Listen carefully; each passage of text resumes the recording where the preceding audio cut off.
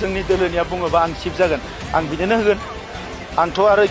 आंनि बिमा बिफानि सम्पतिबो नङा आंनो सरकाराबो लिरना होआखै बर' आइ आफा रायजो राजायाबो लिरना होआखै जे नों थैजासिम सिफ जा बेखौ गोदानै बुंनांगोन मा नों जोंनि दोलोआ थांखि लागोन गाबोन जाय जानो गोसो बेनो जागोन जाय मोजां जाय फिट बेनो जागोन बेखौ लाना साननांगौ गैया अजद लाबोनाया बिक्रम दैमारि बिथाङाबो लाबोयो खिन्थु बिथांनि अजदफ्रा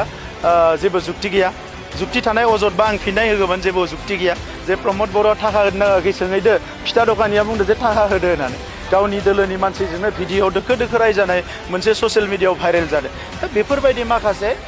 मा होनो सर्ट सिन्ताजों राजखान्थि खालामनो फैबा जानाय नङा फेक्टराथ' नों गेलेबाबो फेक्टर मानोना नोंजोंबो न'नि मानसिया दङ आदा आगै आमाय आनै बयबो दङ नों गेलेबाबो बि गेलेबाबो हरेन गेलेबाबो नरेन गेलेबाबो बयबो फेक्टर गांसे भट लांबाबो फेक्टर दा नंखायनो बेखौ आं फेक्टर नङा होननानै बुङा नाथाय ओरैबायदि गिनांगौ फेक्टर नङा जायनि थाखाय आं गिनांगौ उन्दुलाङा जागोन गोजांगोन नङा होमबा बेबायदि फेक्टर नङा सामसुन्दिया बबे मुलुगाव थायो आं मिथिया जुदि नैबे मुलुगावनो सामसुन्दिया दङब्ला बिथाङा बेफोरबायदि बाथ्राखौ बुंनाङामोन राजखान्थियाव थानायखाय आंखौ बखिनानै गांनैसो भट बारा मोनगोन होननानै बेखौ बुंदों बिनि बादै आंनि जिउखौ नोंथांमोनानो मिथिगौ बयबो मिथिगौ आं मा दाङाबाजि खालामदों मा खालामाखै दा बिथांमोना सानो आरो आंनो एसे नंखाय बाथ्रा बुंना आंनि सायाव दाय जाबसिननानै कार्टुन बानायनानै भटआ गांनैसो बारिगोन बेबायदि बारिबाथ' मोजां बिथांमोननिया खिन्थु आंथ' इसोरनि सायावसो फोथायो आङो रायजो राजा सुबुं माहारिनि सायाव फोथायो आरो इसोरनि सायाव फोथायो सोरबाया नंखाय बाथ्रा बुंनायफोरा आंनियाव नाङाबो आं खोमाबो होआ मेगनबो होआ आङो जि लामायाव थाबायलांदो बिथिंनो आं थाबायलांबाय थागोन नोंथांनि सायाव गोबां अजद लाबोग्रा बिक्रम दैमारियानो नैबे बियाबाव गेलेनाय आङो कंग्रेचुलेसन होदो बिक्रम दैमारि बिथांखौ अजद लाबोनाया बिक्रम दैमारि बिथाङाबो लाबोयो खिन्थु बिथांनि अजदफ्रा जेबो जुक्ति गैया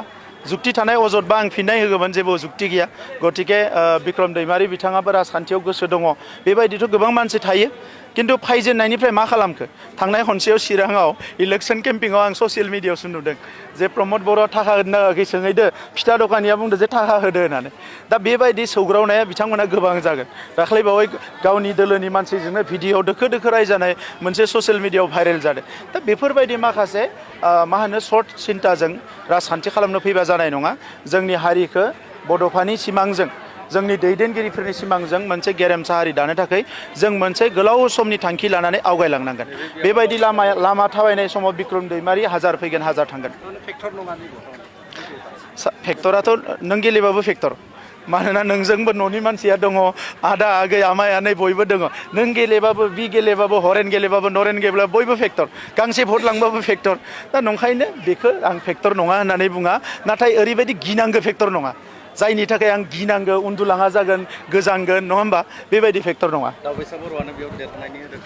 सावरायगोन बेखौ दोलोआ थांखि लागोन सोर केन्डिडेट जागोन जाया आसाम रायजो बिजेपिनि आफादगिरि दिलीप शइकिया बिथाङा मोनसे बाथ्राखौ दाखालि बुंदों जे बिटिसिआव सिफखौ लानानैनो गाव गावनि गेजेराव मोनसे गोनो गोथो सोलिबाय दं बिथांमोननि गेजेराव जादों खोमा जोंनियावथ' गैया जोंनियावथ' रावबोआनो गैया आंखौ जुदि सोरबा जोंनि दोलोनिया बुङोबा आं सिफ जागोन आं बिदिनो होगोन आंथ' आरो आंनि बिमा बिफानि सम्पतिबो नङा आंनो सरकाराबो लिरना होआखै बर' आइ आफा रायजो राजायाबो लिरना होआखै जे नों थैजासिम सिफ जा बेखौ गोदानै बुंनांगोन मा नों जोंनि दोलोआ थांखि लागोन गाबोन जाय जानो गोसो बेनो जागोन जाय मोजां जाय फिट बेनो जागोन बेखौ लाना साननांगौ गैया बड'लेण्डनि रायजो राजाया जे 30-40 बोसोर खस्थ' मोनबाय बेवहाय जे मानसि थैबाय बेवहाय जे जोंनि आइजोफ्रा खस्थ' मोनबाय हारि माहारिनि दांगा जाबाय बेखौ बोरै फोजोबगोन बिनि सायावसो बाथ्रा बुंनांगोन बेखौ बोरैहाय फोजोबगोन दिनै जे जों बोसोरब्रै खावसे मोजां लाखिबाय इयुनाव बोरै मोजां लांगोन बेखौसो बिथांमोना बयबो बुंनांगोन बेयाव सिबा सोर जागोन बेलाय मा गिदिर बाथ्रा सानसे जिरायबाय दोलोनि गेजेराव सावरायबाय आमखाया सिफ जागोन बेनो जाबाय